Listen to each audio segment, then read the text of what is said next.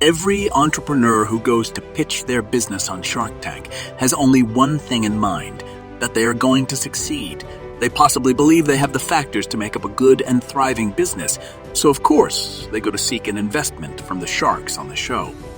Yes, every startup has its stories, the ones that define whether it is a business that is going to thrive for a long time, or whether it is going to shut down along the way, and these going to shut down along the way, and these businesses that appeared on Shark Tank too are not left out. It goes a long way to show that securing investment isn't all that is needed for a business to thrive, because though some businesses that went to become an all-out success on Shark Tank exist, there are businesses that appeared on the show and ended up being miserable failures. So, in this video, we're going to take a closer look at the top 10 businesses that appeared on Shark Tank and ultimately failed. 1. Bayam. Bayam was a business that created a device that allowed users to turn a stick of butter into a spray. The company appeared on Shark Tank in Season 8 and secured an investment of $500,000 from Lori Greener in exchange for 25% equity.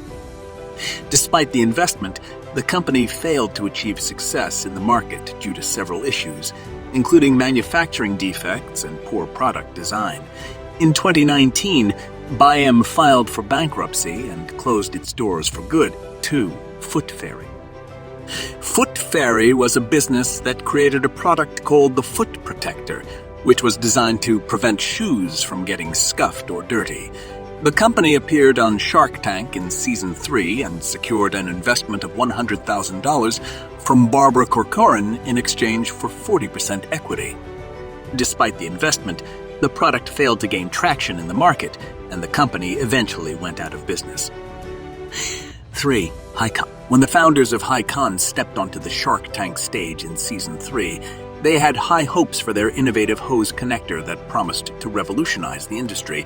The sharks were impressed by the product and its potential, and Damon John saw an opportunity to invest.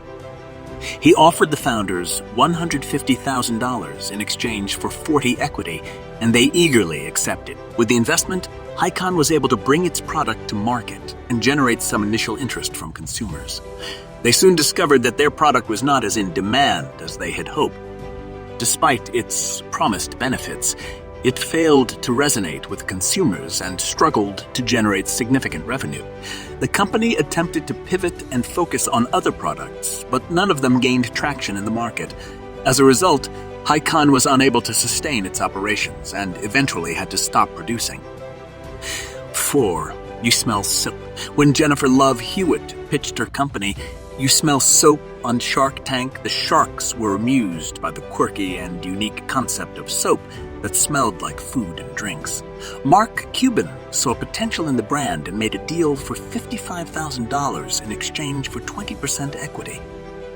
The investment from Cuban helped You Smell Soap gain some initial success, but the novelty of the product did not translate into long-term sales.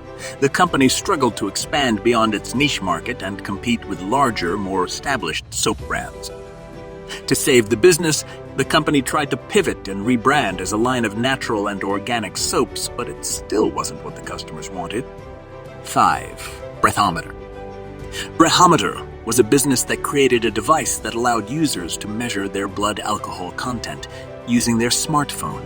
The company appeared on Shark Tank in Season 5 and secured an investment of $1 million from Kevin O'Leary in exchange for 30% equity. Despite the investment, the company faced several issues, including regulatory challenges and manufacturing defects, and eventually went out of business. 6. Catap. Catap was a business that created a mobile app that was designed to help people organize their schedules and tasks. The company appeared on Shark Tank in Season 6 and secured an investment of $70,000 from Kevin 5% equity. Despite the investment, the company struggled to generate revenue and eventually went out of business. 7. Body Jack. Body Jack was a business that had big dreams of revolutionizing the workout industry with its innovative full-body workout device. Their appearance on Shark Tank in Season 1 was met with excitement and enthusiasm from the sharks. particularly Kevin Harrington, who saw the potential in the product and invested $180,000 in exchange for 33% equity. The future looked bright for BodyJack, and they were ready to take on the world with their new workout device. Unfortunately, things didn't go as planned. The product failed to generate enough buzz and attention from customers, and they struggled to make sales. Despite the investment from Kevin Harrington, the company eventually had to close its doors due to a lack of funding and resources. 8. Sweet Balls. Sweet Balls was a business that created a unique line of cake balls, which were meant to be portable snacks. The company appeared on Shark Tank in Season 4 and successfully secured an investment of $250,000 from Lori Grainer in exchange for 25% equity. Unfortunately, despite the investment, the product failed to gain traction in the market, which led to the company's eventual demise. The failure can be attributed to a few different factors, such as a lack of effective marketing, competition from similar products, and failure to diversify the product line. Ultimately, the lesson learned from Sweet Balls' failure is that even a great product needs a solid business strategy and effective execution to succeed in the highly competitive market. 9. Show No Towels. Show No Towels is a business that appeared on Shark Tank in Season 4.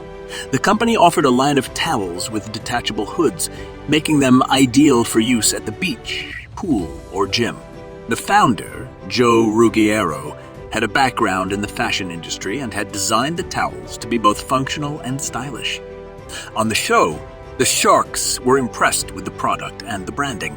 Ruggiero was seeking an investment of $37,500 for a 20% stake in the company, valuing it at $187,500. Although the Sharks liked the product, they were concerned about the valuation and the lack of sales. Eventually, Lori Grainer offered a deal of $37,500 for a 50% stake in the company, which Ruggiero accepted. Despite the deal, Show No Towels struggled to gain traction after the show. The company faced manufacturing issues, and the demand for the product was not as high as expected. In addition, the product was expensive, with prices ranging from $40 to $70. The business eventually folded, and Grainer lost her investment. 10. Toy Guru. Toy Guru was a business that appeared on Shark Tank in Season 2. The company offered a subscription service for toys, allowing parents to rent toys for their children rather than buying them. The idea was to allow children to play with a variety of toys without the expense of purchasing them, and for parents to avoid the clutter of too many toys in the house. On the show, the Sharks were impressed with the concept, but they had concerns about the cost of shipping the toys back and forth. The founder, Nikki Pope, was seeking an investment of $100,000 for a 10% stake in the company, valuing it at $1 million. The Sharks ultimately declined to invest, citing concerns about the logistics of the business. After the show, Toy Guru did manage to secure some funding, but the company struggled to grow. The cost of shipping the toys proved to be a significant barrier, as did the difficulty of acquiring new customers. In 2012, Toy Guru declared bankruptcy, leaving many customers without their toys and investors without their money. Appearing on Shark Tank can be a huge boost for any business, but success on the show does not always translate to long-term success. These are just a few examples of top businesses that failed to capitalize on the opportunities that the show provided. While the reasons for their failures varied, common themes emerge. Some businesses struggled with manufacturing or supply chain issues, while others faced difficulties in acquiring and retaining customers.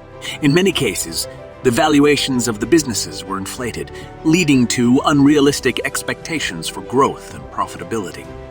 In conclusion, appearing on Shark Tank can be a game changer for a small business, but it's not a guarantee of success. While the show can provide exposure and access to funding, it's up to the entrepreneurs to execute their visions and bring their businesses to fruition.